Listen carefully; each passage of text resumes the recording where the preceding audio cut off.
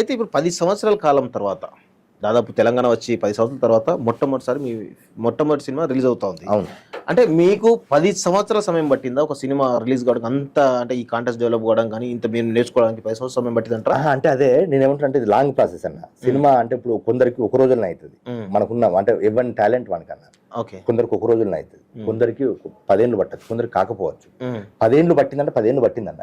ఎందుకనంటే మనం ఇప్పుడు నేనేంటిది తెలంగాణ వచ్చిన తర్వాత వేనన్న సినిమా స్టార్ట్ అయింది. అవును.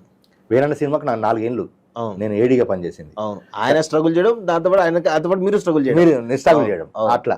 ఇప్పుడు మనకేంటిది అది 2013 స్టార్ట్ అయితే 2017 రిలీజ్ అయింది. అవును.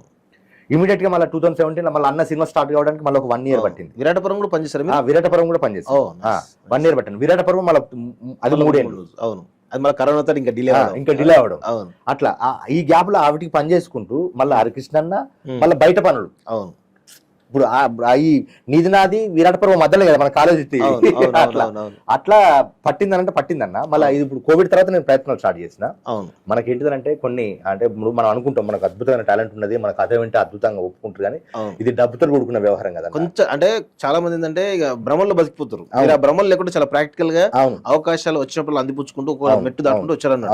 అవును. ఎందుకంటే మన ఆర్ట్ బిజినెస్ కదా, డబ్బుతో కూడుకున్న పని కదా. ఇప్పుడు మనోళ్ళు మనకే ఒక 2,000-1,000 రూపాయలు వేయాలంటే వెనక ముందు ఆలోచిస్తాం. ఒక 2 కోట్లు పెట్టాలంటే ఎంత ఆలోచిస్తున్నాం. అది కొన్ని అయితే కొన్ని ఈజీగా అయిపోతాయి. ఇప్పుడు మనం రెగ్యులర్ డిస్కస్ చేసుకుంటాం కదా, మనీ, పవర్, మగువ, ఇవి కొన్ని ఉంటాయి. కొన్ని ఆ ఈక్వేషన్స్ లో కొన్ని మెటీరియలైజ్ అవుతాయి.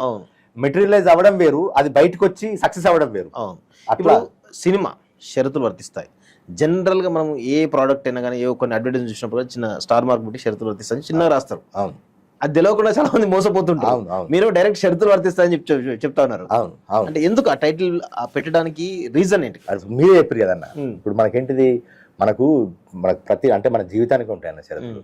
మనకు తెలియకుంటేనే మనకేంటిదంటే అన్ని మనకు వాళ్ళు ఇండైరెక్ట్ గా మనకు ఈ అంటే ఈ పెట్టుబడిదారి వ్యవస్థ మనల్ని గుర్తిస్తుంటది.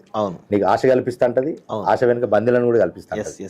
ఆశ వెనుక బందీలను కూడా కల్పిస్తుంటది. అది మనకి విషయం ఏంటంటే మనం ఆశను చూసిపోతే వెనక చాలా బందీలు అవుతుంది. ఇప్పుడు మన ఈఎంఐలు ఎట్ ది సేమ్ టైం ఇప్పుడు మనం రెగ్యులర్ అన్ని మోసాలే.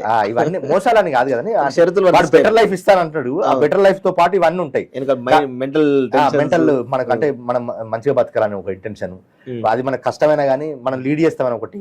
లీడ్ చేసినాక మనకు విషయం ఎదిగే ప్రతిబంధకాలు అంటే జరుగుతున్న ప్రతిబంధకాలు అవన్నిటిని దృష్టిలో ఉంచుకొని మళ్ళీ నాకేంటిది సినిమాని ఒక సినిమా అంటే ఒక మంచి ఆర్ట్ ఫామ్, బిజినెస్, ఒక మంచి టైటిల్ పెట్టాలి, క్యాచ్ టైటిల్ ఉండాలి. ఎందుకంటే సినిమాని తీసుకురావడానికి ఏమేమి ఉపయోగపడతాయి అన్న.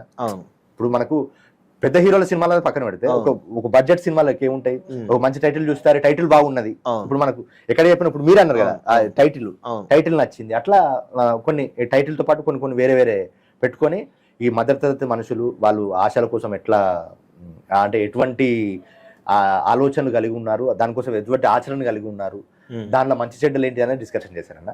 అంతిమంగా మనకేంటిది క్యాపిటల్ అంటే ఈ మార్కెట్ తో పాటు మనకి అంతిమంగా మనల్ని మార్కెట్ పాటు అంతిమంగా నిర్ణయించేది డబ్బు. అంటే మార్కెట్ అంటేనే డబ్బు. అంతిమంగా మనకి ఈ సమస్యలని క్రియేట్ చేయడానికి, ఈ సమస్యలని ఇంప్లిమెంట్ చేయడానికి, ఈ సమస్యలు మనం సఫర్ అయితే మనల్ని ఓదార్చడానికి కూడా ఎవరు ఉంటారు? పాలిటిక్స్ ఉంటాయి. అట్లా చిన్న పాలిటిక్స్ కూడా డిస్కషన్ చేస్తారు. అంటే చాలా రకాల అంశాలను పెట్టడం జరిగింది. అంటే మెయిన్ గా ఒక మధ్యతరగతి జీవితాన్ని ప్రతిబింబించే సినిమా అని చెప్పేసి కొంత చర్చ జరుగుతుంది. నిజంగా అందులో కంప్లీట్ మధ్యతరగతి అన్న. మళ్ళీ మధ్యతరగతి అంటే మనకు ఇప్పుడు మధ్యతరగతి అర్థం మారింది. కూర్చొని మాట్లాడింది ఏంటంటే అంటే దిగువ మధ్యతరగతి అన్న. అంటే ఈ దేశంలో కోవిడ్ తర్వాత అంతకుముందు కోవిడ్ కి ముందు ఒక 50% అన్నది, తర్వాత 80% అయిందన్న.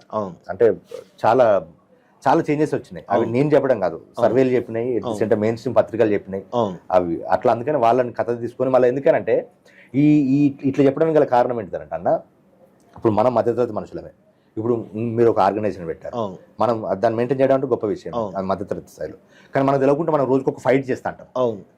డే బై డే ఫైట్, ఏదో ఒక సంఘర్షణ జరుగుతూ ఉంటుంది. సంఘర్షణ, ఆ సంఘర్షణలో ఒక విజయం ఉంటది, ఒక నవ్వు ఉంటది, ఒక దుఃఖం ఉంటది, ఒక చిన్న సంతృప్తి ఉంటది. ఇవన్నీ నా సినిమాలు ఉంటాయి అన్న. ఓకే.